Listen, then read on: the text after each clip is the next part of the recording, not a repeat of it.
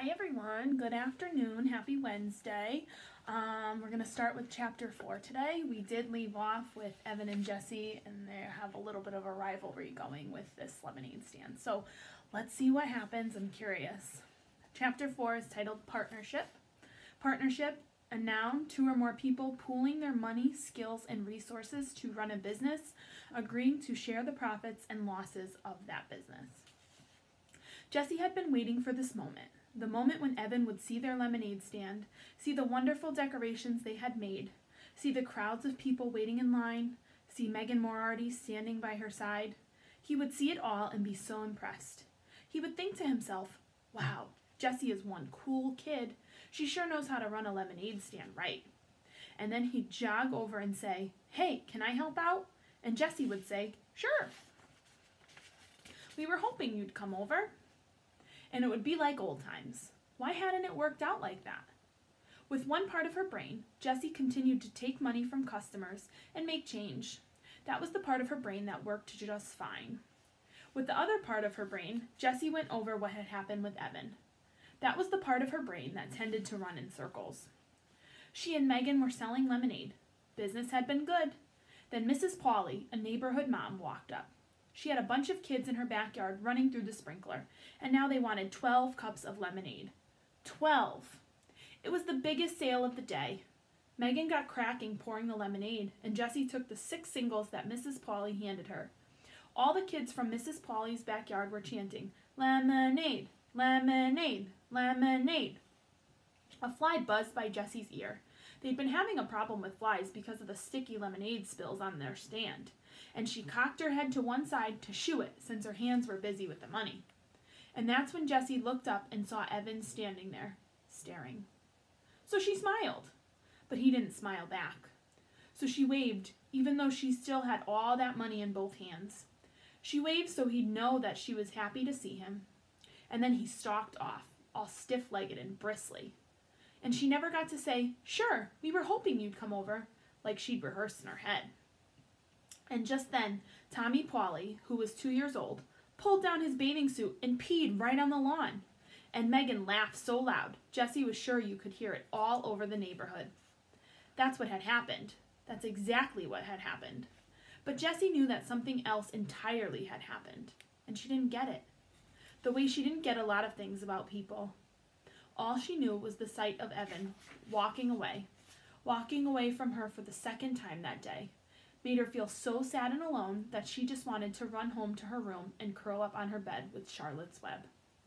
Hey, Madam Cash Register, said Megan, nudging her. You're falling behind. Ring 3 for this lady and 1 for this kid here. Jessie turned away from the retreating figure of Evan. That's $1.50, she said to the woman standing in front of her. She took the $5 bill the woman was holding out and made change from her lockbox, focusing all her energy on the part of her brain that worked just fine. It's true that when Evan had first walked out of the garage, Jessie had banged up to her room and tried to think of every way possible that she could make his life a living misery. She thought of telling Mom that Evan was the one who broke the toaster by playing hockey in the house, which is not allowed. She thought of taking back every one of her CDs from his room, even though she knew that would mean she'd have to give back all of his CDs. She'd even thought of putting peanut butter in his shoes. That was something she'd read in a book. And she loved to imagine the moment of horror when he'd think he'd somehow gotten dog dew inside his shoes. But when these ideas had finished bouncing around in her brain, and when her breathing had returned to normal and her fists weren't clenched at her sides anymore, she knew that what she really wanted was to get the old Evan back. The one who was so much fun to be around. The one who helped her out in every jam. Like when she ate all of the Lorna Doones that Mom had set aside for the Girl Scout meeting, and Evan had ridden his bike to the 7-Eleven and bought a new package before Mom even noticed. Or when she accidentally, well, not accidentally, but how was she supposed to know? Picked the red flowers in Grandma's garden that were a hybrid experiment. Evan had said they'd both done it so that Grandma's disappointment was spread around. Or the time that Jessie had smashed the ceramic heart that Daddy had given her because she was so mad that he had left them. And then, when she had cried about her broken heart, Evan had glued every single last piece back together again. She wanted back the Evan who was her best friend. But Evan didn't want her because he thought she was a baby and she was going to embarrass him in Mrs. Overton's class.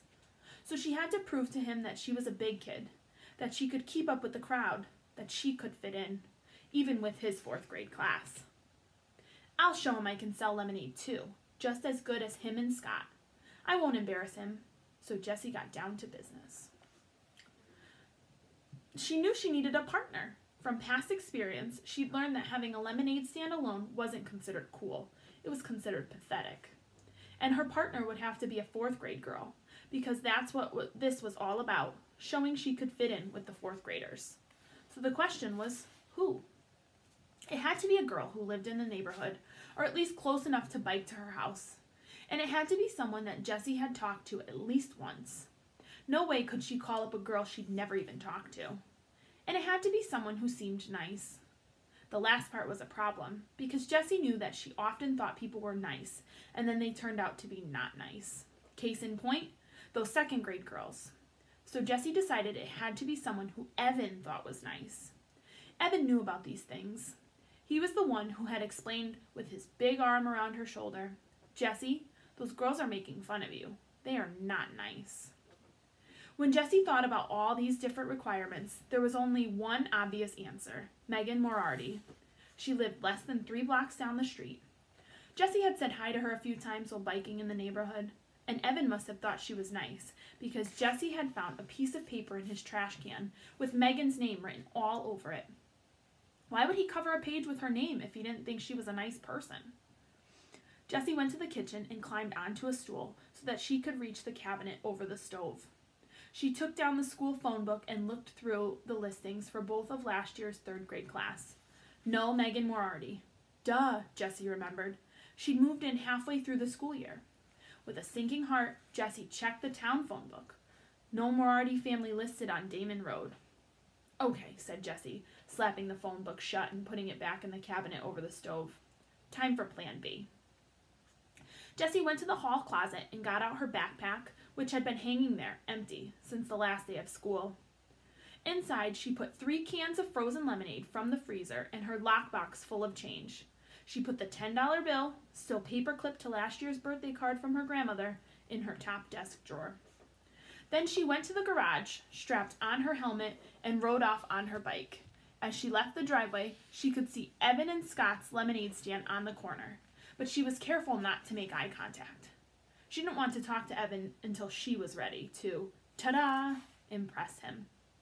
Her heart leaped when she imagined him ditching Scott to be with her. Megan's house was so close that Jessie got there in less than 30 seconds. And less than 30 seconds wasn't nearly long enough for her to plan what she was going to say. So she rode back and forth in front of the house about 15 times, trying to pick the right words. "What are you doing?" a voice shouted from the upstairs window. Jessie slammed on her foot brakes and looked up. Megan was staring down at her. She looked huge. Her voice did not sound nice. "Riding my bike?" said Jessie. "But why are you riding back and forth?" asked Megan impatiently. "In front of my house." "I don't know," said Jessie. "You want to play?" "Who are you?" asked Megan. "Jessie," said Jessie, pointing down the street toward her house. "Evan's little sister?" asked Megan. Jessie felt like a deflating balloon. "Yeah?"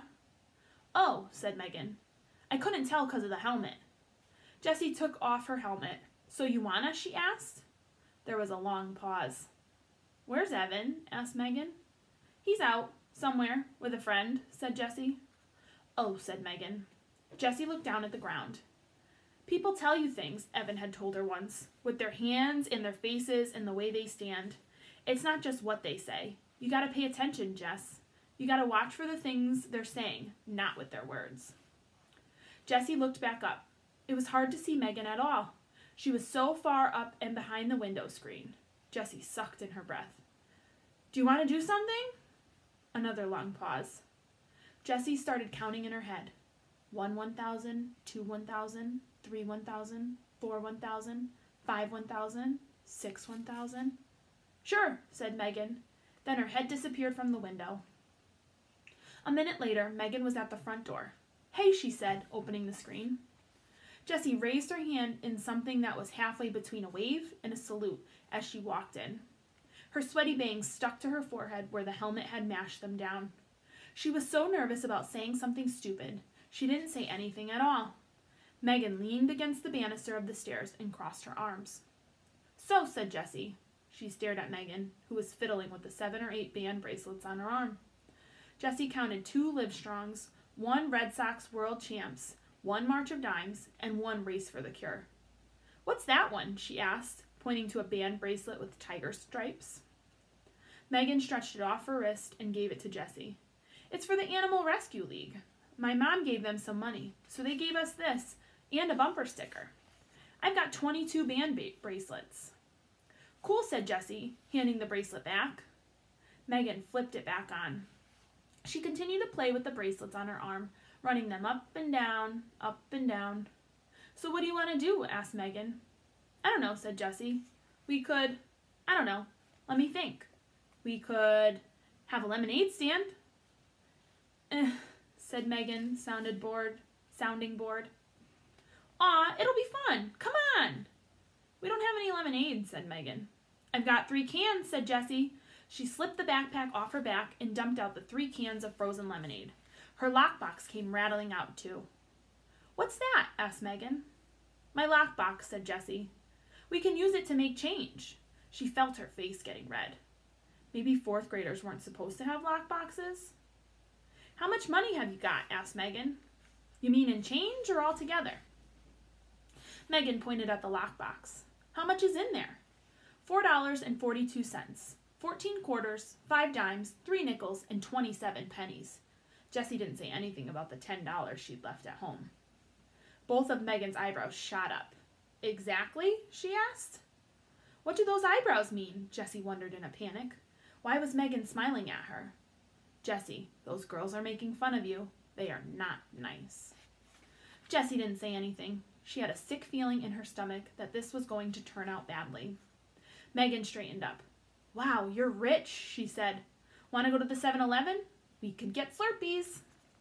"But," Jessie pointed to the cans of lemonade on the carpeted hallway floor. The frost on them was already starting to sweat off. "We could do the lemonade stand later," said Megan. "Maybe." Jessie thought of Scott and Evan, racking up sales 2 blocks down. How was she going to prove herself to Evan if she couldn't even get Megan to have a stand? "How about the lemonade stand first?" Jessie said, "and then Slurpees with our earnings. I bet we'd even have enough for chips and gum."